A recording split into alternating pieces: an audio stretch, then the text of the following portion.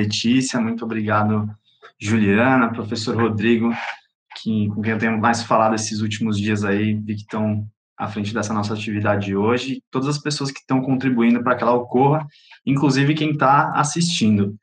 Estou muito feliz de estar aqui com vocês hoje. Claro que sinto muita falta desse calor humano que é a sala de aula, mas é o jeito que dá, né, virtualmente. Eu espero que muito em breve a gente possa estar juntos, presencialmente também, para fazer mais atividades, até porque estava vendo aqui 5h15 já, em Minas, aí já estaria até saindo um cafezinho, um bolinho de fubá, um pãozinho de queijo, então fiquei muito chateado de saber que a pandemia veio também por esse motivo, que a gente não conseguiu avançar nas nossas atividades presenciais, mas enquanto isso a gente vai quebrando galho aqui e avançando na nossa discussão online. Bom, hoje a gente vai falar sobre migrações, sobre fronteiras, sobre refúgio e organizações internacionais em tempo de pandemia. Acho que, primeiro de tudo, eu peço desculpas por esse nome que eu dei à nossa atividade de hoje. Eu comentei com meu pai que eu ia falar sobre isso hoje, ele falou, pô, hoje em dia tudo é em tempos de pandemia, né? E realmente, né? Recebi um curso agora no algoritmo do WhatsApp, do Instagram, jardinagem em tempos de pandemia, né? Relações poliamorosas em tempos de pandemia, né? Tudo é em tempos de pandemia. E, claro, também não podia ser diferente, né? Porque essa nova situação se impôs o seu protagonismo, trazendo todas as atenções para ela, e mudou o nosso modo de vida a nível internacional, inclusive em termos de organizações internacionais, como a gente vai ver um pouco mais adiante, e a nível pessoal, das pessoas que são diretamente afetadas por elas e por outras condições que já estavam postas. Antes da gente avançar aqui, a Letícia fez o favor de me apresentar, mas eu vou incluir um item que, na verdade, dois, que não estava no script original. Eu também sou metido a blogueiro, então tenho ultimamente produzido alguns conteúdos aí, sobretudo no Instagram, no YouTube, agora me aventurando um pouco no Twitter também, então depois passo minhas redes, mas quem quiser já achar o arroba, tá fácil por aí. Eu geralmente falo sobre política internacional, temas de direitos humanos e sobre a vida de modo geral também. Uma outra coisa que eu queria colocar aqui é que eu sou super fã de extensões universitárias. Eu sou membro do ProMigra, como a Letícia colocou também, e ele é uma base fundamental assim para minha atuação profissional fora do ProMigra, com a pauta de migrações, com a pauta de direitos humanos, um espaço de formação fantástico, e eu aposto muito nesse papel que as extensões têm de formar as pessoas além daquilo que a sala de aula entrega e de fazer essa ponte entre universidade e sociedade que é tão necessária, né? Ainda mais nós que somos, a maioria, imagino que esteja nos assistindo, de universidade pública, a gente tem uma dívida muito grande em retornar todo esse conhecimento que o Estado nos fornece, não é? E, bom, dando sequência, hoje a gente vive um cenário, né, em que a política internacional ela vem sofrendo grandes mudanças. A gente vê esse xadrez geopolítico mundial se reconfigurando de uma forma que há tempos não ocorria, assim, com a emergência de novos atores e com uma emergência de atores antigos, mas que não ocupavam esses mesmos espaços de importância. Claro que nesse cenário, os direitos humanos muitas vezes sofrem abalos, a mobilidade internacional também são afetados, né? A gente precisa estar atento para que conquistas que já foram ganhas não se percam e também para que a gente não coloque mais vidas em riscos. E aí eu acho muito curioso, assim, a gente notar que, em meio a toda essa situação do coronavírus, no ambiente internacional, tem se colocado muito essa dicotomia, assim, de alguns embates localizados versus um espírito de cooperação que a gente também vê em muitos casos. E aí eu acho que, assim, é muito curioso, né, porque tem se posto, sobretudo pelo governo Trump, essa retórica de apontar um culpado pela pandemia, de chamar a China de responsável, né, disputar a compra de mercadorias, como a gente viu no nosso próprio caso aqui, que é aqueles respiradores que viam para a Bahia e acabaram ficando retidos em Miami, né, quase que um caso de pirataria moderna, né, e, enfim, uma retórica, assim, que não é isolada, mas que busca, assim, um sentimento que não é de cooperação. O Trump, toda hora, ele se refere, inclusive, ao coronavírus como o vírus chinês, né, o Chinese virus, como ele gosta de falar. E aí eu acho que eu vou compartilhar com vocês que eu tenho um problema muito grande quando ele fala Chinese virus, que eu também acabo associando aquele meme da Cardi B, que ela fala coronavirus, né? Enfim. Mas tudo isso para a gente notar que o coronavírus e essa situação da pandemia, ela também tem uma projeção política muito forte. A gente vive isso no Brasil também, como a gente vai falar um pouco mais adiante. E, claro, nos Estados Unidos, que é um ator fundamental da gente analisar, sobretudo pelo poder geopolítico que ele tem, não é diferente. É interessante a gente lembrar, inclusive, que o Trump está em ano eleitoral, que ele faz muito uso dessa jogada de chamar atenção para questões externas quando ele está querendo cobrir alguma questão interna. Então, por exemplo, agora a gente pode dizer que ele está querendo responsabilizar a OMS e a própria China pela pandemia, até para cobrir um pouco a má gestão do vírus que ele fez inicialmente. Eu não sei se vocês lembram, mas o Trump, ele, de início, ele era contra as medidas de isolamento social e tem adotado ainda esse discurso do uso da cloroquina, que é extremamente controverso, agora no nosso país está tomando proporções muito preocupantes, sendo inclusive o protocolo adotado pelo Ministério da Saúde. Um ponto muito curioso, em oposição a esses embates, é esse espírito de cooperação que tem tomado conta de algumas relações também. A gente vê que cientistas do mundo todo começam a compartilhar estudos e buscar a cura de maneira que não ocorria até pouco tempo atrás, né, em que havia uma disputa maior de quem vai ser a primeira pessoa a curar tal doença. Hoje em dia, diante desse desafio da pandemia, a gente vê as pesquisas sendo compartilhadas de modo muito mais rápido, né? A própria China fez um pronunciamento essa semana informando que iria, se descobrisse a cura da vacina, ela seria universal, seria de acesso para todas as pessoas do mundo, em termos de patente, né? Inclusive tem destinado muitos recursos ao combate do coronavírus. O Xi Jinping, presidente chinês, ele anunciou um pacote de 5 bilhões de dólares para o combate à pandemia e para medidas de assistencialismo em torno dela, o que é mais ou menos 5 vezes mais o que o Trump tirou da OMS recentemente.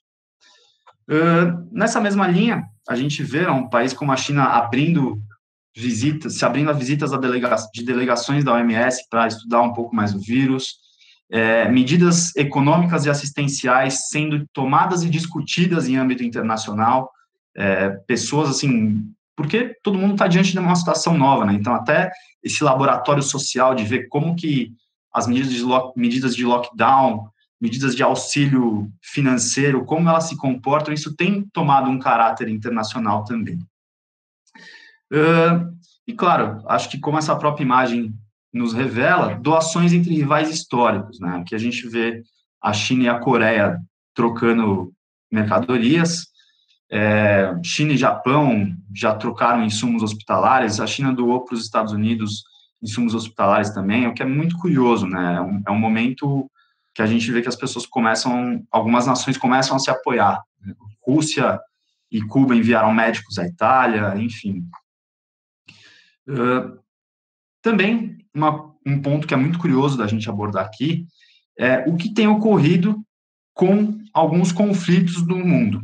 Só para a gente ter uma noção aqui, até o início desse ano, se estimava que havia em torno de 35 conflitos armados ativos.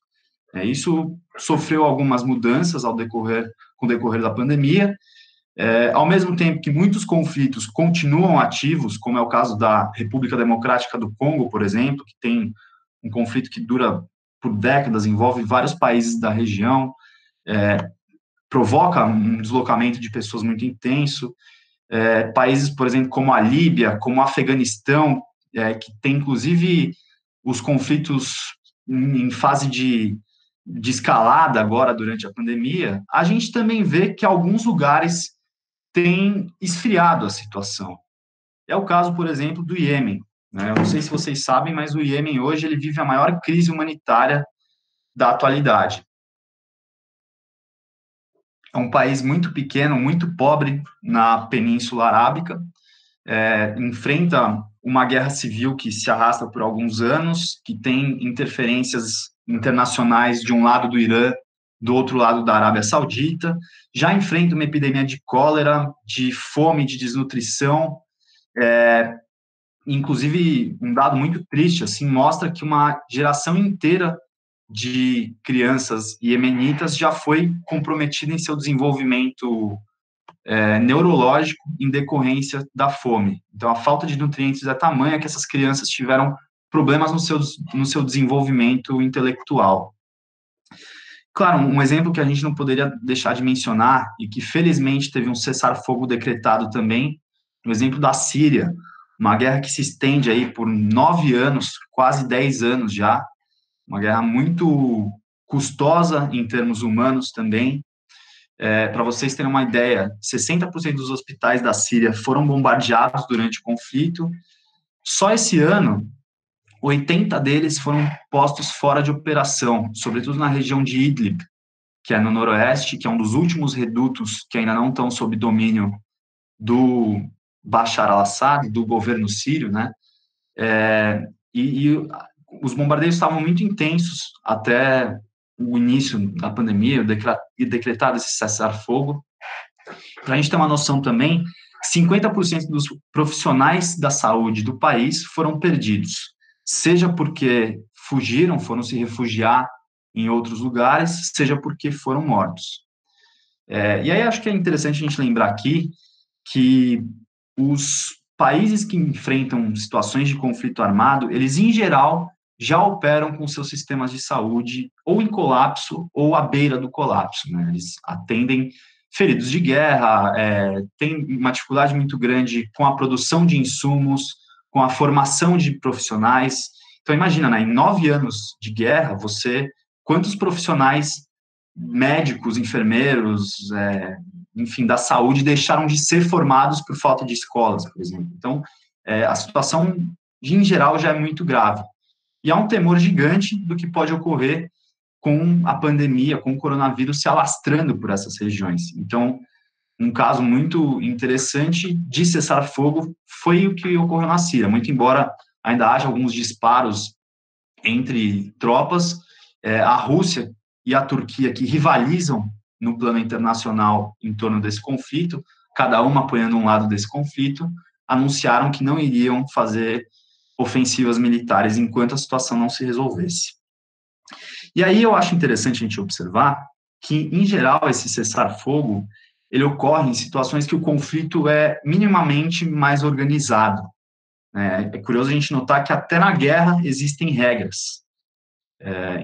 E eu acho que esses conflitos que eu mencionei que continuam em escalado, em atividade agora, eles são de países em que grupos rebeldes são mais separados ou têm lideranças mais difusas, enfim, de modo que essa negociação é mais complexa também. Já nos conflitos mais organizados, a gente vê esse cessar-fogo.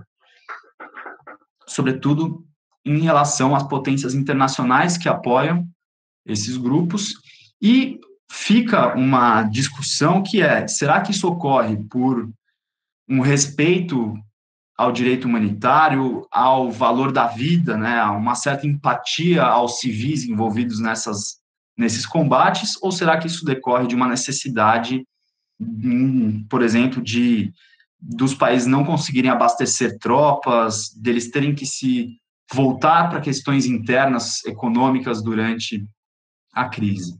Tudo isso Acho que a gente tem que se perguntar, mas fato é que, ultimamente, algum efeito isso tem surtido, seja por atender a apelos internacionais, seja por uma questão de necessidade interna mesmo. E aí, só para a gente comentar, o direito humanitário, não sei quem de vocês já é familiarizado com esse termo, né, não é a mesma coisa que direitos humanos. Para quem gosta de um latim, eu sei que estudante de direito é fã, basicamente, o direito humanitário ele rege regras da guerra, né? Sobretudo pelas 4 convenções de Viena. Quem tiver interesse depois pode pesquisar, ou eu deixo meu contato para a gente conversar um pouquinho mais aí. Ele basicamente ameniza o sofrimento causado pela guerra, trata de soldados feridos, prisioneiros de guerra, proteção a civis, entre outros temas. E aí, avançando um pouco, eu acho que vale a pena a gente não se focar só no plano internacional, mas a gente falar também das ameaças domésticas aos direitos humanos. Domésticas no sentido de dentro dos países, né? E aí, para citar como exemplos, a gente pode mencionar algumas liberdades individuais que têm sido ameaçadas, sobretudo em decorrência de uma vigilância ostensiva, como a gente vê no Singapura, na Coreia, na China, que já faz isso há muito tempo, né? O governo de São Paulo, por exemplo, ele tem usado dados de GPS, de deslocamento dos celulares das pessoas para medir a taxa de isolamento social. Eu acho que vários outros estados, na verdade, estão fazendo isso também. E existe sempre um debate muito grande, né, do quanto isso não é uma violação da nossa liberdade, o quanto o Estado realmente só vai até esse ponto e não até outros dados mais sensíveis que ele pode investigar. Interessante a gente observar também que alguns países, sobretudo a Hungria, está passando por isso agora, eles têm adotado medidas de governança mais autoritárias. Ou seja, a Hungria aprovou uma lei recentemente que o presidente Viktor Orbán ele pode, por tempo indeterminado, legislar por decreto. Então, ele não precisa passar as leis no parlamento. Ele pega, com a caneta dele, ele pega e faz a lei que ele quiser. Isso, claro, é um perigo enorme, porque ele pode, sem a aprovação de um corpo parlamentar eleito, ele pode fazer atrocidades, né? Isso está dentro dos poderes legítimos dele. Ainda, em vários países, a gente tem um aumento da violência institucional. Um caso da última semana agora, aliás, dessa semana, o Peru, ele tirou a responsabilidade penal dos soldados que estão agindo durante a pandemia. O Peru está com um toque de recolher das 20 às 5 horas da manhã, e quem desrespeita isso é abordado pela polícia, pelo exército. O exército está atuando já nessa função. E, claro, né, a gente abre um campo muito grande para que violência sejam cometidas nesse cenário. Em alguns países da África, sobretudo a Nigéria, Quênia, Angola, Moçambique também soma nessa lista, a gente tem visto um aumento muito grande da violência policial que tem se dado, sobretudo, na fiscalização das medidas de quarentena. Então, eu vi vídeos, assim, por exemplo, de policiais que veem pessoas furando a quarentena, saindo nas ruas e tal, e chegam agredindo muito, teve até casos de morte, inclusive. Por fim, acho legal a gente ficar esperto que a observância dos direitos civis e políticos elas vão ser um grande desafio pós-pandemia. A gente não sabe se esse terreno conservador que está sendo ganho agora, se ele vai recuar após as medidas de isolamento serem revogadas, a situação voltar ao que a gente chama de normal, não é? E aí, avançando um pouco no nosso debate, eu acho legal a gente falar do papel das organizações internacionais na garantia desses direitos, inclusive no plano internacional e no enfrentamento da pandemia.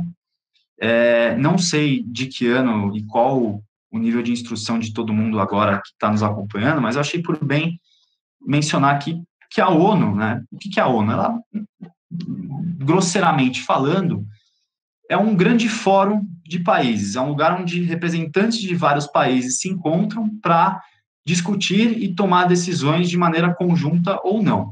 Aqui tem uma foto da Câmara de Direitos Humanos, lá em Genebra.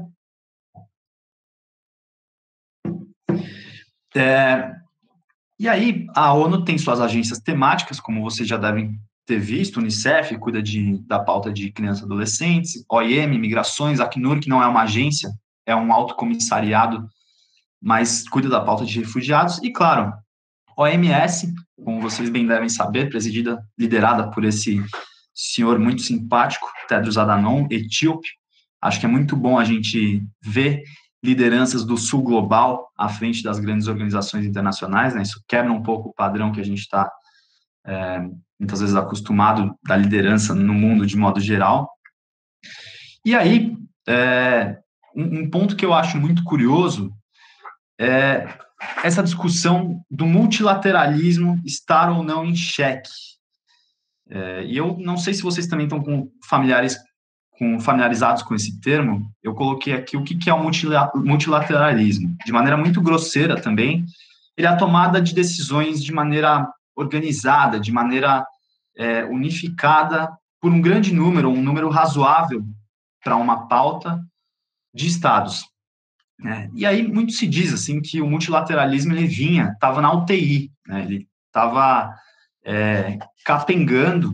Eu lembro que o Bolsonaro, no começo do ano, ele falou até em demitir a ONU do Brasil, né? Esses comportamentos de muitos líderes têm colocado em xeque o papel das organizações, né? Minimizando o papel delas, dizendo que elas não são importantes, que elas não cumprem o papel ao qual elas se propõem. Eu acho muito curioso, assim, até isso afeta até no pagamento das contribuições das organizações. Então, eu tenho um amigo que trabalhou em Genebra recentemente, ele me falava assim, que às vezes chegava dias que a escada rolante estava desligada porque falavam que não tinham verba para o pagamento daquele setor da luz, ou que eles estavam economizando luz. Não tinha, por exemplo, sabonete, né? Quem estudou em universidade, escola pública deve saber um pouco disso também, né? A gente, muitas vezes, não tem sabonete por falta de verba, e a ONU passando por isso, né? Isso mostra como o multilateralismo, né, ou seja, esses espaços de tomada de decisão conjunta, eles estavam, pelo menos, numa situação muito delicada. Né? Um ataque de muitos líderes, o Trump entra nessa linha aí, como vocês já devem ter visto, em relação ao financiamento da OMS, esse posicionamento todo que ele tem adotado recentemente. O Brasil não fica de fora, inclusive faz isso com a questão das ONGs. Eu acho que vocês lembram aquele debate que teve na época dos incêndios da Amazônia, né? O Bolsonaro tentando culpabilizar as ONGs por essas ações, pelos incêndios, né? Um absurdo. Sobrou, no final, até para o Leonardo DiCaprio, que estava financiando algumas dessas ONGs. Obviamente, a internet não perdoou, né? Então surgiram muitos memes interessantes, mas fato é que, voltando para o nosso plano internacional, a gente vê que as organizações internacionais elas são acusadas dessa ineficiência. Agora o Trump, inclusive, ele está batendo muito na tecla de que a OMS foi imparcial e protegeu a China no processo da descoberta, do enfrentamento do coronavírus. E como sugestão alternativa às organizações internacionais, os países que as criticam sugerem que existam, então, espaços não permanentes para essas discussões. Então, em vez de você ter um local com sede fixa, uma organização que sempre está lá, você cria fóruns temáticos de acordo com o interesse da discussão. Isso sem ter uma sede fixa, ao sabor e ao interesse dos países que tiverem nessas discussões, né? O que, claro, é muito delicado. Eu acho interessante a gente perceber que isso tira um sistema que já está muito organizado, e esse vácuo de poder, que é um poder que a ONU exerce hoje e outras organizações internacionais exercem hoje, ele abre um espaço para que grandes potências se imponham e permitam, e assim consigam destruir um pouco essas estruturas organizacionais que já estão postas e botar o seu poder acima daquelas organizações que têm menos representatividade, menos força nesse cenário geopolítico. E aí acho que é muito curioso a gente observar que ainda é muito importante o poder de veto que alguns países exercem, sobretudo no Conselho de Segurança da ONU. Então, a gente nota que, por mais que o sistema ele busque uma discussão relativamente horizontal, existe um desequilíbrio de forças que o sistema internacional ainda não conseguiu dar conta. E existe também um grande paradoxo do direito internacional, né, e das relações internacionais, que as organizações, elas regulam essas relações entre os estados, mas elas dependem dos estados para existir. E aqui eu errei no slide, acabei de ver. Então, é muito curioso, assim, porque não só em termos de financiamento, mas em termos de representatividade, de tomada de decisões, as organizações, elas dependem dos estados cooperarem com esse internacionalismo, com esse multilateralismo mesmo, né? E aí, claro, lembrando que as decisões elas não podem ser impostas, né? Os países eles podem, no máximo, constranger alguns outros países a acatarem decisões no plano internacional, constranger internacionalmente, né? Organizar medidas econômicas, como bloqueios, retaliações variadas, atuar em parcerias com tribunais internacionais e, em casos extremos, organizar intervenções militares, o que não vai ocorrer no caso da OMS. A gente sabe que não teria como, por exemplo, um país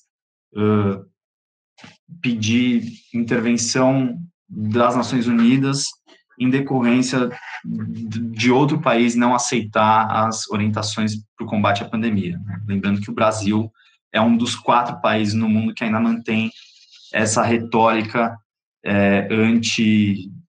anti-isolamento, gripezinha e afins que vocês bem devem saber. E aí, bom, pensando um pouco no papel que a OMS tem desempenhado e a importância que ela vem ganhando e dando forças para esse movimento multilateralista, né? A OMS hoje ela congrega os países da mesma maneira que a ONU organiza representantes para diversas finalidades. A OMS ela cuida dessa pauta da saúde e congrega, inclusive, países com diversas aberturas políticas, né? A gente vê a importância dela no momento em que Irã, China e Estados Unidos, que estão em polos opostos dessa discussão, se abrem ao diálogo e ao enfrentamento que precisa ser conjunto. De novo, né, troca de informações em matéria de saúde, estabelecimento de diretrizes sanitárias, aí eu coloquei alguns exemplos bacanas para a gente ver, restrição de comércio de espécies silvestres, fortalecimento de sistemas de saúde. Acho legal que cada vez mais tem se criado essa consciência de que a saúde ela é um ponto fundamental para a existência da paz, né? Isso está, inclusive, na carta da OMS, quem tiver curiosidade para dar uma olhadinha depois. E aí, assim, acho que a gente vive um momento chave em que se pode fazer um balanço positivo de que a importância da colaboração internacional e desses espaços de discussão vem sendo cada vez mais reafirmada e reconhecida. Então, não sei se dá para dizer que o multilateralismo e que toda essa crise em torno das organizações internacionais, se a gente já sai da UTI, né, e começa a progredir, mas fato é que o cenário vem se alterando e a importância desses entes tem sido reconhecida. E aí, avançando para o final da nossa conversa aqui, já para as perguntas,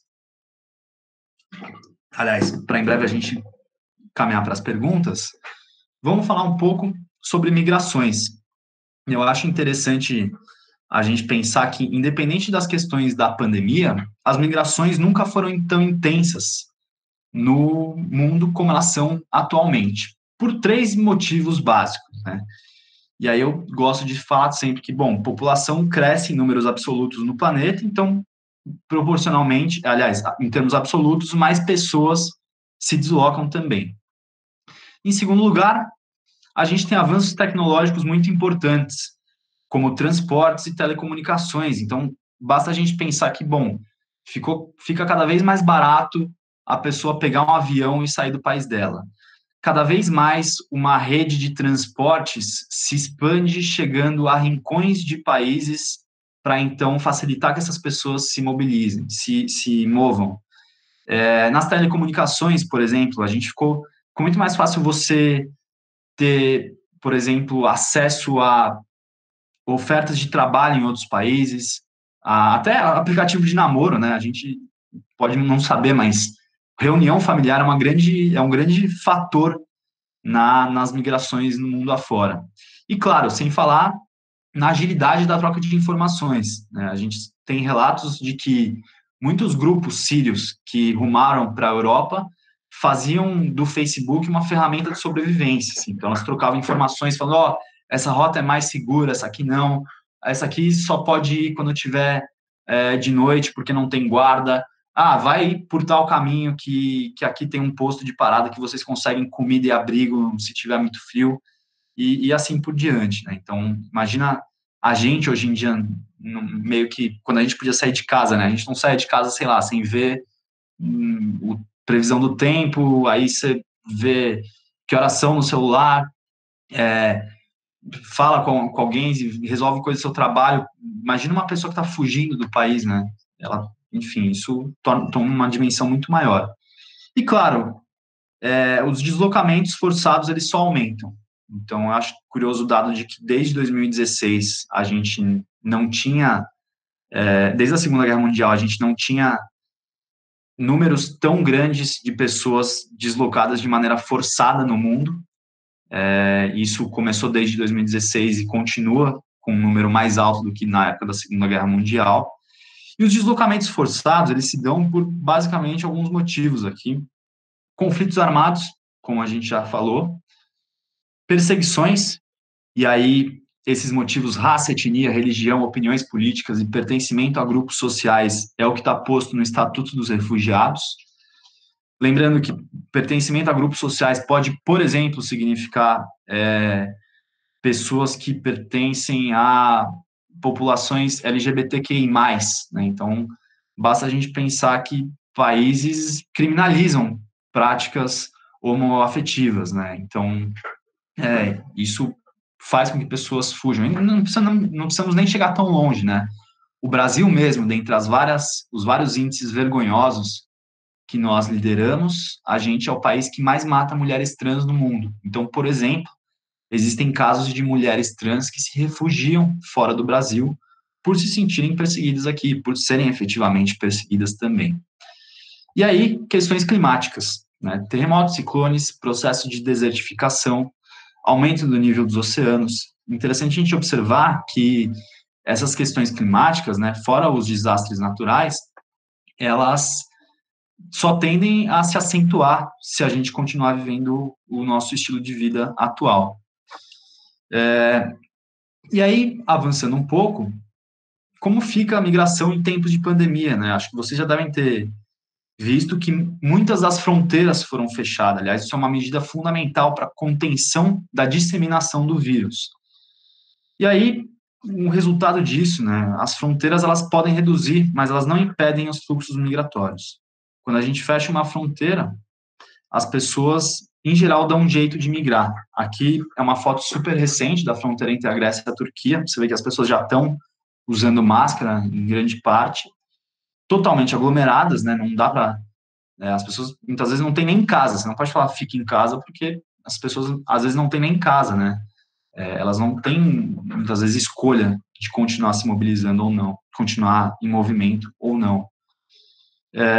E um ponto que eu acho crucial a gente saber é que, fechando fronteiras, além de, claro, conter a disseminação do vírus, a gente vulnerabiliza as pessoas que estão em deslocamento. Porque quem precisa migrar, em geral, vai dar um jeito de cruzar a fronteira. A gente tem inúmeros exemplos disso, inclusive aqui no Brasil. Então, essa foto a gente vê de um lado as pessoas cruzando quando a fronteira estava aberta entre Brasil e Venezuela. Aí, quando o Maduro fechou a fronteira venezuelana, as pessoas deram um jeito de atravessar por rotas alternativas. É assim em vários lugares do mundo, né? A fronteira dos Estados Unidos com o México, a gente sabe que tem um vazamento muito grande de pessoas que dão um jeito de passar. Então, eu acho que é legal a gente criticar esse mito do fechamento de fronteiras, né? Se não se fecha fronteiras, Nem países como os Estados Unidos, como Israel, que é um país super pequeno, altamente militarizado, com poder de polícia super intenso, nem Israel consegue conter o vazamento de fronteiras, digamos assim, a porosidade de fronteiras, né? Tem um dado muito curioso que as autoridades israelenses, elas admitiram que a velocidade com que se acham túneis e se fecham esses túneis que ligam a faixa de Gaza ao exterior é muito mais lenta que a velocidade com que novos túneis são abertos. E aí não é aquele túnel que a gente está acostumado aqui a ver no noticiário, que foge da cadeia, cavando túnel com a colher, etc. Não, são túneis com ar-condicionado, que passam carros de luxo, que passam mercadorias, enfim. Isso, claro, se aplica também em tempos de Covid-19, né? As pessoas continuam dando um jeito de atravessar. Sendo muitas vezes vulnerabilizadas nessas rotas alternativas, caindo em redes de coiotagem, de grupos criminosos que lucram com essa migração, então muitas vezes até com esquemas de suborno nas autoridades locais, entre outros. Isso facilita com que as pessoas caiam no tráfico de pessoas, lembrando que o tráfico de pessoas contemporâneo, ele foge um pouco daquela ideia de que a gente pode ter muitas vezes de tráfico de pessoas que são pessoa acorrentada, sendo traficada, enjaulada. Não, o tráfico de pessoas contemporâneo, ele se dá, sobretudo, hoje, por meio de propostas de emprego fraudulentas. Então, por exemplo, as pessoas são convidadas a trabalhar em outro país, e aí quando chegam lá, elas caem numa rede de exploração, elas não conhecem ninguém, elas ficam com documentos retidos, elas não têm como se comunicar, como pedir socorro, e por isso que eu acho que é muito curioso a gente pensar que migrações, tráfico de pessoas e trabalho análogo ao escravo são três pilares que, em geral, se apresentam juntos. Não é comum que o trabalho análogo ao escravo ele ocorra no mesmo lugar que a pessoa nasceu, porque lá ela costuma ter vínculos para se prevenir disso, né? E, bom, a questão está posta, né, é como, em um momento que a gente tem que conter a disseminação do vírus, a gente vai lidar com esses fluxos humanos de pessoas que fogem pelas suas vidas, que não têm a opção de permanecer nos lugares de origem, né? E aí o que eu acredito, e eu acho que eu até mandei isso num material para vocês, é que a proteção à vida ela tem que ocorrer nesse âmbito internacional, não só para as pessoas que estão protegidas dentro das suas fronteiras, mas também para aquelas que precisam sair dos seus países de origem, né? Então, assim, eu acho que a circulação de pessoas que buscam se refugiar, ela deve ocorrer mesmo em tempos de coronavírus. Claro que isso não deve servir de ensejo para que a gente libere o turismo ou outros tipos de deslocamento de pessoas, mas a gente tem que ter a sensibilidade de entender que essas pessoas muitas vezes vão dar um jeito de chegar nos nossos países, que elas fogem pelas suas vidas, elas não têm escolha de ficar nos seus países de origem. E pensar que migrar é um direito. E aí, já caminhando para o nosso fim, eu acho que a gente tem que ficar muito atento a algumas questões que vão ser postas nesse cenário pós-pandemia em relação às migrações. Os discursos nacionalistas, eles devem se fortalecer. A gente já vinha numa onda disso, sobretudo no movimento do Brexit na Europa, na União Europeia. Isso tende a se acirrar ainda mais agora, no pós-pandemia, em que as pessoas vão estar muito atentas aos recursos dos sistemas de saúde nacionais. O fechamento de fronteiras vai demorar, vai ser um dos últimos pontos, na minha opinião, a ser flexibilizado. Eu acho que o turismo, a circulação internacional devem ser um dos últimos a se normalizar, digamos assim. E a gente corre um grande risco de estigmatizar povos e culturas por serem responsáveis pela disseminação do vírus. Ou seja, imagina assim, países da Europa agora que estão já em fase de abertura da quarentena, começarem a barrar migrantes com medo que essas pessoas sejam uma fonte de reinserção do vírus nos seus países, né? Isso pode, claro, gerar um comportamento generalizado xenofóbico com qualquer pessoa que não tenha o fenótipo do nacional, não é? E acho que isso toma uma perspectiva muito grave quando a gente pensa que em países da África e da Ásia o coronavírus ele vai ter um controle muito mais demorado e menos eficaz do que países da Europa. Então, essa questão da estigmatização de povos que vão estar reinserindo o vírus e tal, ela é uma preocupação muito grande. E aí, claro, o que a gente pode fazer para ajudar? Né? Primeiramente, vamos ficar em casa. Acho que não dá para a gente ser terraplanista em relação a isso e achar que é só uma gripezinha, né? A gente tem que saber que é um dever cívico com a comunidade, ainda mais a gente que é jovem, que não é grupo de risco, mas que temos que cuidar de todo mundo de maneira igual. Aprender e informar, eu acho que esse ato que a gente está tendo, e acho que as extensões universitárias, no geral, fazem isso muito bem. Eu acho que a gente tem essa preocupação de ensinar também as pessoas e propagar esse conhecimento, não pode ficar só com a gente. Se vocês puderem, e se a condição financeira que ficou muito delicada agora para as pessoas permitir, a gente se engajar em campanhas, eu posso, inclusive, depois indicar algumas que eu conheço aqui, sobretudo na pauta migratória. E, claro, a gente escolher muito bem nossos governantes, não é? Essa é uma campanha que eu tenho apoiado recentemente, posso divulgar para vocês, ela é de confecção de máscaras feitas por pessoas migrantes aqui em São Paulo, e as máscaras têm sido doadas para a população de rua, sobretudo. E aí, bom, tem umas dicas de filmes aqui, dá para vocês tirarem uma foto, se tiverem interesse, ou depois eu encaminho também, para que todo mundo tenha acesso. E eu gosto de finalizar com uma reflexãozinha básica aqui. Tratemos os demais com a mesma paixão que queremos ser tratados. Essa da pessoa que é campeã mundial no campeonato de melhor pessoa do mundo, Papa Francisco.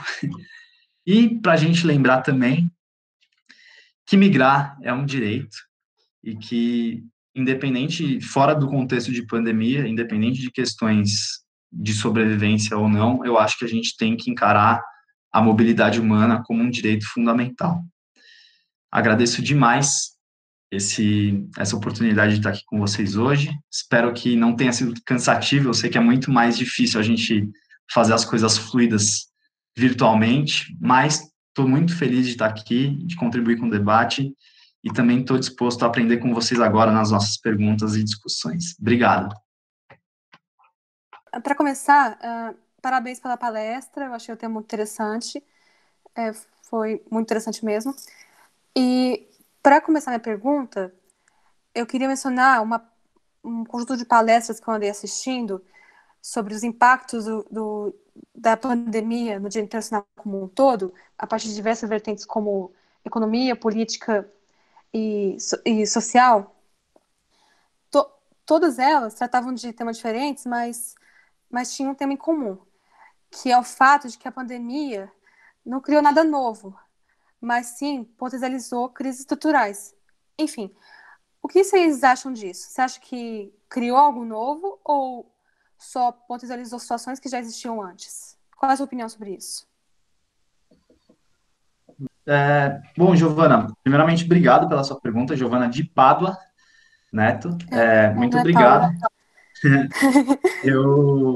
Primeiramente, uma coisa que eu pensei, assim, né, eu não sei se tem gente só do direito, se tem gente de RI aqui, enfim, eu tentei fazer uma abordagem, às vezes até meio de chovendo no molhado, então quem reviu de conceitos muito básicos, me desculpa, mas eu também queria deixar todo mundo no mesmo patamar para a gente partir para as discussões mais elaboradas, que acho que vão se dar, inclusive, aqui no nosso debate. E, pô, por favor, depois indica no chat aqui esse ciclo de palestras que eu já fiquei interessado. Eu acho que assim. Tá meio que no fim, esse ciclo. Poxa, bom, tudo bem.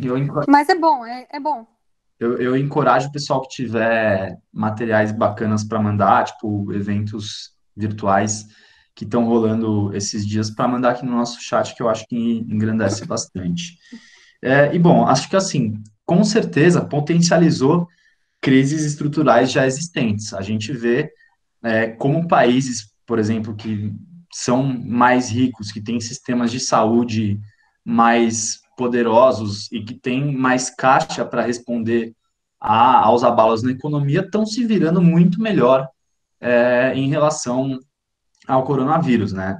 Isso não só em termos de gestão epidemiológica, né? Não só a adesão das pessoas ao lockdown, a consciência, o nível de educação nas pessoas, né? Mas assim, eu acho que com certeza, né? Escancara quanto existem desigualdades, e eu acho que a gente não precisa nem pensar a nível internacional, a gente pode pensar nas nossas próprias cidades, como o isolamento social, como lavar as mãos com frequência, e entender o conceito de curva de contágio é também algo elitizado, né?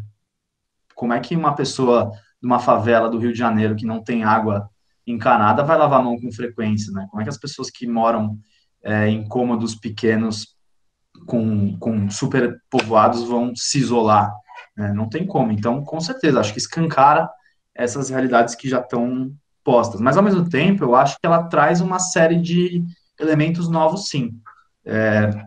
E eu acho que isso não só se reflete, por exemplo, num ganho de força do multilateralismo, eu acho que isso mexe com costumes da sociedade, então eu aposto que pelo menos um setor da sociedade vai sair dessa pandemia com um pouco mais de consciência coletiva. Eu acredito também que a gente vai ter algumas mudanças em termos sanitários, né? Então, no Brasil, eu não sei, mas eu acho que em muitos países a saúde da população em geral está sendo vista de maneira coletiva e não só de maneira individualizada, como a gente vinha vendo até então de maneira muito forte, né? É interessante a gente pensar que a sociedade adoece enquanto sociedade também. E eu acho que isso é um conceito que vem com muito mais força agora. E, bom, tinha pensado um outro exemplo bacana, mas acabei me esquecendo aqui. De repente, numa outra pergunta eu coloco. Mas, enfim, acho que respondendo a sua pergunta, eu acho que escancara as realidades que já estavam postas e as desigualdades, mas traz uma série de elementos novos.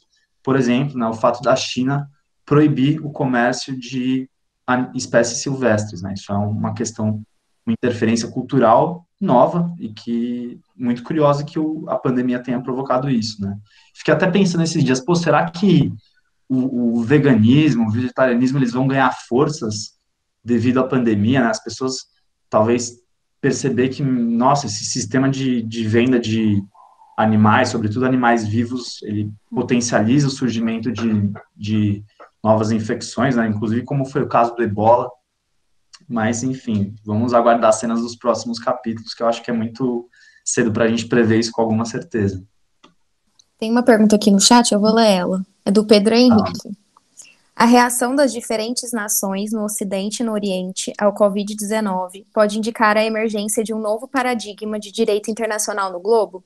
Dito de outra forma, podemos esperar um protagonismo maior das organizações internacionais ou do estadismo na proteção dos direitos humanos que foram abordados? Obrigado. Nossa, muito obrigado. Foi o Pedro Henrique, é isso? Pedro Henrique, super obrigado pela sua pergunta. Gostei dela. Acho que sim, acho que pode indicar um novo paradigma, não só nesse ganho de força das organizações internacionais que a gente tem discutido, né? Eu espero que os países eles entendam que a cooperação multilateral ela é fundamental para que a gente possa existir enquanto espécie, né? A gente talvez se não fosse uma comunicação eficiente, enfim, isso abalaria a nossa existência humana de uma maneira muito mais drástica. E acho que isso coloca novos atores também no cenário mundial. É curioso a gente notar, assim, como alguns países, você colocou esse contraponto Ocidente-Oriente, né? Como alguns países como a China têm feito uma gestão interessante da pandemia, né? E como a China ela tem se colocado a favor, não a favor, mas como um ator muito importante no cenário internacional. Então, por exemplo, hoje em dia, muitos países da África que dependem de ajuda internacional tiveram muitas dessas ajudas cortadas ou então diminuídas, sobretudo as que vinham dos Estados Unidos, ao passo que a China é quem mais está atuando, entrando na África e dando insumos hospitalares, auxiliando na contenção do vírus. Então, eu acho que, assim, isso reforça um pouco essa ordem mundial que cada vez mais a China tem ganhado protagonismo, né, e vai desbancando a Rússia, acho que com o tempo desbancando até os Estados Unidos. Deixando claro aqui que eu não estou fazendo um partidarismo chinês, né? Eu acho que a gente também tem que ter em mente que, ao mesmo tempo que a China ela balança as estruturas que merecem ser contestadas, ela tem uma série de pontos muito questionáveis, sobretudo no que diz respeito à repressão, ao autoritarismo, né? A gente não pode esquecer que, por exemplo, na China hoje existem campos de concentração, perseguições religiosas, enfim, violações muito graves de direitos humanos. Eu queria mais dar uma opinião sobre o Vitor, queria agradecer sobre a exposição, foi muito boa. Eu queria mais uma opinião dele sobre um ponto que ele tocou, que era sobre uma cooperação, né? Não uma cooperação, mas uma assistência aos imigrantes, aos fluxos migratórios nesse momento de pandemia. E eu queria saber a opinião dele, como deveria ser essa assistência, se seria mais eficiente uma cooperação mais internacional, né, tendo o intermédio da ONU, ou se seria mais eficiente uma assistência mais dos países onde onde são alvo, né, dos fluxos migratórios, que os campos de refugiado ficam próximos às fronteiras. Enfim, mais uma pergunta, mais uma opinião, né, sobre o assunto, e para fomentar o diálogo na palestra, e é isso. Maravilha, Vinícius, muito obrigado. Em primeiro lugar, eu queria me solidarizar com a sua condição. Eu tenho me esquivado da minha mãe, que também está querendo cortar o meu cabelo, e eu acho que o meu fim vai ser também raspar ele. Eu não gosto de cabelo raspado, então temos um ponto em comum aí. Acho que você colocou uma questão muito interessante, assim, eu gosto de pensar sempre que questões que são intrinsecamente internacionais precisam ser resolvidas no plano internacional. Ou seja, como a gente fala do deslocamento de pessoas de um país para o outro, esse debate ele tem que ser feito no plano internacional, mas, claro, a gente também tem que pensar nos planos nacionais. Então, assim, com certeza, uma melhor gestão dos fluxos migratórios a nível mundial, ela passa por um diálogo muito grande entre os países. Isso para a gente amenizar desigualdades, né, amenizar conflitos. É só a gente pensar que, bom, muitos dos conflitos, eles não são só de cunho político, eles são de cunho também econômico. Processos que, como, por exemplo, grave e generalizada violação de direitos humanos, processos de desertificação, né? O que a desertificação da Namíbia tem a ver com a produção industrial americana? Tudo a ver, né? As pessoas que migram do deserto da Namíbia porque elas não conseguem mais sobreviver em decorrência da secura que tem aumentado nos últimos anos, elas sofrem efeitos de uma produção industrial que países, por exemplo, dos Estados Unidos, da China, etc., têm criado danos ao nosso meio ambiente. Então, com certeza, eu acho que passa não só por uma questão da gestão dos fluxos migratórios em si, então a gente tentar garantir direitos dessas pessoas, mas a gente pensar em formas de que as pessoas não tenham que migrar de maneira forçada. E isso envolve a gente tentar minimizar conflitos, a gente minimizar desigualdades econômicas, essas questões climáticas, se puderem ser amenizadas, e, claro, as perseguições, né, o que eu acho que essas disputas que existem, enfim, elas muitas vezes são passíveis de solução através da educação e da conscientização, que, claro, é um desafio gigantesco. A nível nacional, né, a nível não, eu descobri que é errado falar a nível, então, ao nível nacional, não só no nosso país, mas pensando nas medidas de cada país, que podem ser adotadas, eu acho que o Brasil, por mais que a gente tenha uma série de defeitos, assim, a nossa política migratória ela é muito feliz no sentido de dar acesso à saúde aos migrantes também. E isso, por exemplo, não ocorre na Colômbia, não ocorre no Peru. Recentemente, o Peru mudou para que migrantes com suspeita ou vítimas de Covid possam ser atendidos, mas, assim, é muito curioso porque eu acho que deveria acontecer, que nem Portugal fez, primeiro uma regularização migratória em massa, para que as pessoas possam acessar direitos nesse momento de vulnerabilidade muito forte. Acho que o acesso universal à saúde ele é um direito básico que outros países deveriam se espelhar no Brasil para seguir também.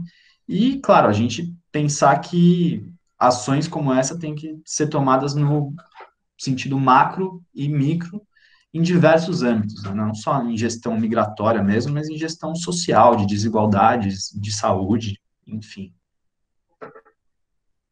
O Guilherme Lima. Bom fim de tarde a todos. Antes de fazer uma pergunta, gostaria de agradecer aos organizadores e ao convidado pela palestra. Valeu, Guilherme. Gostaria de saber se no âmbito local de que maneiras políticas articuladas no âmbito dos estados e municípios podem colaborar para a efetivação dos direitos das comunidades migrantes, bem como a integração com as pautas articuladas internacionalmente pelas OIs. Boa, Guilherme, valeu, obrigado pela pergunta. Assim, eu acho que a inclusão das populações migrantes na sociedade, primeiro assim, a gente tem que ter consciência de que a gente não pode ter uma visão assimilacionista. A gente tem que dar a possibilidade do migrante se integrar à sociedade, mas a gente não deve exigir isso da pessoa que migra, inclusive porque no Brasil, sobretudo, as pessoas muitas vezes estão de passagem. Elas estão aqui enquanto processos de refúgio ou de vistos de autorização de residência estão em trâmite em países mais ricos, por exemplo. Então, a gente não precisa querer necessariamente que o migrante se integre na nossa sociedade. Enfim, se a pessoa não quiser sequer aprender o português, ela tem esse direito. Mas, claro, a gente tem que dar as possibilidades. E aí eu acho que, assim, é um esforço que ele ocorre em diversas frentes. O idioma, ele é uma barreira muito grande. A pessoa, para acessar empregos, para acessar o mercado de trabalho, dominar o idioma é um grande ponto de vantagem, né? Então, acho que ter cursos de português é fundamental. Eu acho que a gente ter uma política migratória mais organizada seria fundamental. Ela até hoje não é devidamente regulamentada, a nossa política migratória. Eu acredito que a gente favorecer o atendimento dessas pessoas é muito importante, porque elas não estando à margem da sociedade, essas pessoas também têm menos chances de caírem em situações vulneráveis, né? Então, a pessoa migrante regular, ele acessa o mercado formal de trabalho com maior facilidade, ele não cai em rede de tráfico de pessoas, em rede de tráfico de substâncias ilícitas, ele não tem que recorrer a meios escusos para sobreviver, por exemplo. E, claro, contribui para a economia, gera empregos, trabalha, paga impostos. Então, acho que tudo isso tem que ser posto na conta também. Sem falar no pleno exercício da cidadania, que por si só já justificaria essa inclusão. Então, acho que assim, isso ocorre com a gente facilitando o acesso à educação, à saúde, ao emprego dessas populações, a todos os direitos básicos, sobretudo por meio de regularização migratória, por meio de aulas de português, dando essa possibilidade para as pessoas exercerem sua cidadania, não é? Acho que é isso. Mas agora tem a pergunta da Olivia Flor. Boa tarde. Primeiramente, parabenizo ao LabDH pela iniciativa e ao Dr. Vitor pela excelente exposição. Gostaria de perguntar, até que ponto essas medidas centralizadas no âmbito nacional para o enfrentamento do coronavírus, atreladas à ausência de uma política consistente em nível global, podem significar uma retração no multilateralismo e na cooperação internacional? Obrigado, Olivia. Eu vou até ler sua pergunta de novo, porque eu me perdi, porque você falou Dr. Vitor, eu fiquei pensando, pô, devem me achar o maior coroa aqui. Pô, gente, eu sou jovem ainda. Mas deixa eu ver. Até que ponto essas medidas centralizadas... legal. Olha, assim, eu acho que, bom, falando da nossa política nacional, em termos de multilateralismo, é catastrófica, né? O Brasil, ele contraria um posicionamento de projeção internacional que foi construído durante décadas. Em 2 anos, o nosso último governo conseguiu destruir isso, né? Então, lembrando que o Brasil ele teve um papel muito interessante na Assembleia Geral das Nações Unidas, que a gente se coloca como um ator político muito importante, não só pelo papel que a gente representa em termos econômicos, populacionais, geopolíticos, sobretudo a nível local, nível regional, né, na América Latina, a gente é uma potência, né, mundialmente falando, a gente também tem um poder, mas isso, se em épocas passadas a gente mediava confrontos, a gente era cotado para ter um assento fixo no Conselho de Segurança da ONU, hoje em dia a gente virou lacaio dos Estados Unidos, a gente adota políticas e pronunciamentos totalmente desastrosos, né? Os mais evidentes têm sido o ministro Abraham Weintraub, que, enfim, não vou tomar tempo aqui tecendo críticas a ele, mas fez um pronunciamento extremamente racista e xenófobo, é, zoando os chineses, a maneira como alguns chineses falam português. É, o Eduardo Bolsonaro também fez um pronunciamento que pegou muito mal com a China, e a China é o nosso principal parceiro comercial, né? Isso sem falar na importância de a gente manter relações diplomáticas com esses atores e, claro, com qualquer ator no cenário internacional. Então, assim, eu fico muito triste porque eu acho que eu tinha um orgulho maior de ser brasileiro antes, inclusive em termos de, não só, né, de ser associado ao país festivo, não sei o que, carnaval, né, não sei quem já viajou para fora, mas assim, Brasil, Neymar, né, tipo, é isso, mas assim, eu também pensava, pô, que legal, eu sou de um país que não arruma briga com ninguém, que é bem visto em vários lugares, e hoje não, a gente arruma briga com a China, a gente arruma briga com os países árabes, que, nossa, a gente tem uma parceria comercial fundamental com eles, né, eles compram praticamente a maior parte da nossa indústria avícola vai para lá, enfim, então, desastroso, né? Sem falar que, assim, a gente, com essas questões da Amazônia, com a briga, né, o Bolsonaro criticar, falar que a esposa do presidente francês é feia, né? Terrível, né? Isso, em baixo nível, enfim, catastrófico. Deixa eu pensar. Então, assim, eu acho que isso nos coloca num cenário de perda de importância no cenário geopolítico internacional e de cooperação internacional. Fica evidente que a gente é um país alinhado aos interesses norte-americanos, a gente volta cada vez mais a ser quintal dos Estados Unidos. Isso, inclusive em termos de organização internacional, pega muito mal.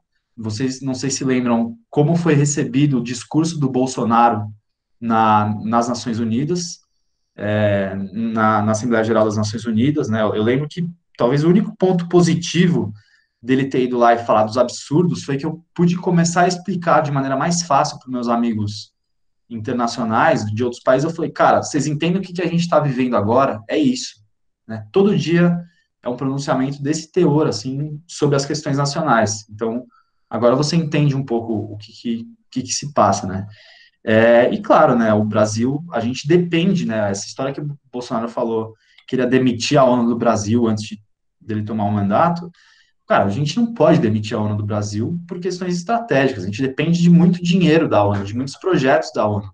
A gente é um país com muitas dificuldades, muitos desafios, né, isso seria um suicídio, por mais que essas agências, em geral, tenham consciência que o povo carente não é diretamente responsável pelas loucuras dos seus governantes, é evidente que um estremecimento nessas relações não é benéfico, né? E acho que isso se coloca até nesse momento de pandemia, né? Que a gente precisa de insumos de fora, né? Precisa ter uma boa relação com a China, por exemplo, que é quem mais produz respirador, máscara, tudo do mundo, e a gente está aí batendo neles. Então, eu vejo com muito maus olhos. Espero que a gente não precise esperar um novo mandato para ver essa situação melhorar.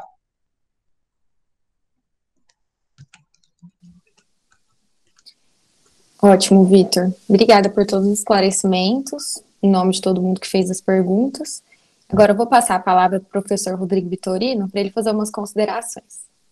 Tá ótimo. Muito obrigado, pessoal. Estou muito feliz de estar aqui com vocês hoje. Me sinto muito vivo, assim, quando eu dou aula. Parece que é um jeito de ver gente quebrar o isolamento, sabe? Não, eu queria apenas agradecer ao Vitor por essa exposição tão interessante, tão rica, né, e que fala de coisas que são muito profundas, né, da situação humana, da condição humana em tempos de pandemia, né, Vitor? Como você começou dizendo, de fato tem se usado muito essa expressão, né? Mas é o momento em que nós estamos vivendo, né? A situação atual que agrava ainda mais, que potencializa, como foi falado também nas perguntas, né, e na sua exposição, a situação de refugiados, de imigrantes, de pessoas, enfim, de vários grupos sociais.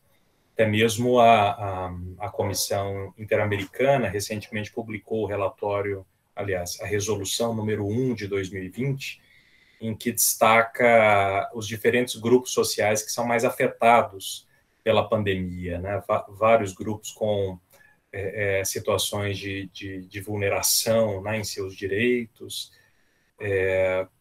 os nossos estados latino-americanos, né, já com estruturas precárias, né, e em outras partes do mundo, como você coloca também, a situação do Iêmen, né, de tantos lugares, na Síria também. De fato, nós vivemos uma crise humanitária, né, em vários lugares. Então, eu só quero louvá-lo, né, por essa palestra que coloca esse problema de forma ainda mais evidente, né, e despertou muito interesse de todos os participantes, eu tenho certeza, pela quantidade de perguntas, né. Temos ainda perguntas que, em função do tempo, não puderam ser respondidas, mas eu pediria à Letícia que encaminhasse depois para o Vitor, né, e a gente repassa isso, né, para quem fez a pergunta. Mas muito obrigado, foi realmente muito bom. Eu gostaria muito de contar com a sua participação mais vezes, né? Quero também agradecer a Juliana, em especial, pela intermediação, né, por ter feito esse contato e viabilizado a realização desse evento.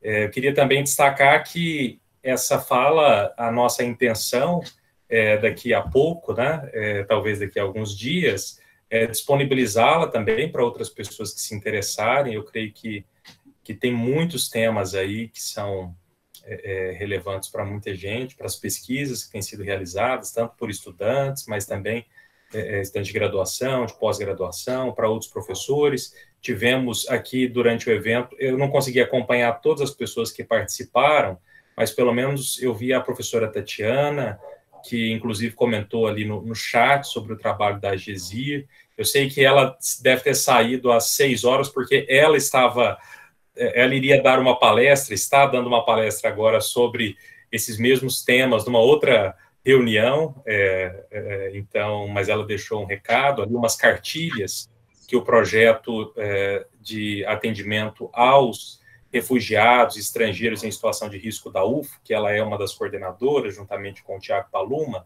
professores, fizeram cartilhas para atendimento aos estrangeiros aqui no Brasil, em relação a essa situação de pandemia. Inclusive, estão disponíveis online, depois nós podemos divulgar isso também. Então, a sua fala guarda muito relação com aquilo que tem sido feito aqui na Universidade Federal de Uberlândia, não só no laboratório, mas especialmente a outros grupos que são ainda mais especializados na área de direito dos refugiados, né? Como você falou muito bem, né? Nós temos direitos humanos, direito humanitário, direitos dos refugiados, que são essas três bases aí, né? Que visam assegurar uma proteção especial aí à dignidade da pessoa humana em tantos sentidos. Então, só quero agradecer